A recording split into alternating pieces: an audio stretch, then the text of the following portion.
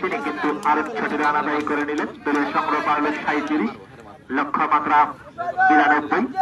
শেখ রাসেল স্মৃতি cricket tournament 2023 আকর্ষণীয় টুর্নামেন্টের আজকের দ্বিতীয় কোয়ার্টার ফাইনাল ম্যাচ। আর দুটি খেলা শুক্রবার এবং শনিবার অনুষ্ঠিত হবে।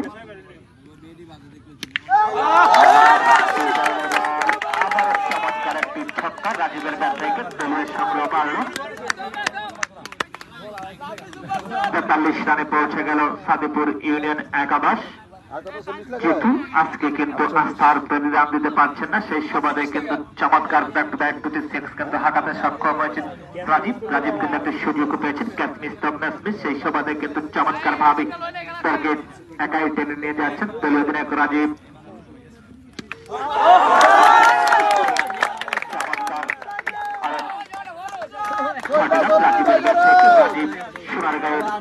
স্থানীয় ক্রিকেটারদের মধ্যে কিন্তু অন্যতম সেরা ব্যাটসম্যান, সেটির প্রমাণ কিন্তু আজকে তিনি দিয়ে যাচ্ছেন। চমৎকার ভাবে তিনটি সিক্স কিন্তু হাঁকিয়েছেন, সেই সুবাদে দল কিন্তু বেশ ভালো অবস্থানে রয়েছেন। দলীয় সংগ্রহ 49, সেখান থেকে দলীয় অধিনায়ক 3টি বল করা থেকে গুরুতর আক্রমণে জিতুকে সেকান্দার তাকে নিয়ে আসা হয়েছে আক্রমণে। সেকান্দার তিনি একজন চমৎকার ক্রিকেটার, চমৎকার বল করে থাকেন। আজকেও কিন্তু দলে অন্তর্ভুক্ত হয়েছেন। তো শুরু করলেন, তাকে মোকাবেলা করবেন রাজীব। আবার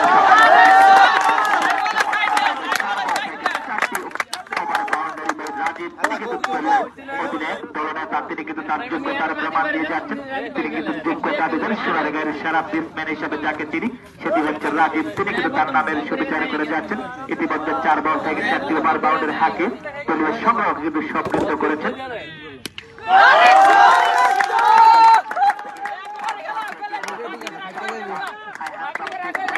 চমৎকার ভাবে দেখে শুনে 5 বল থেকে 5টি ওভার বাউন্ডারি হাঁকিয়েছেন।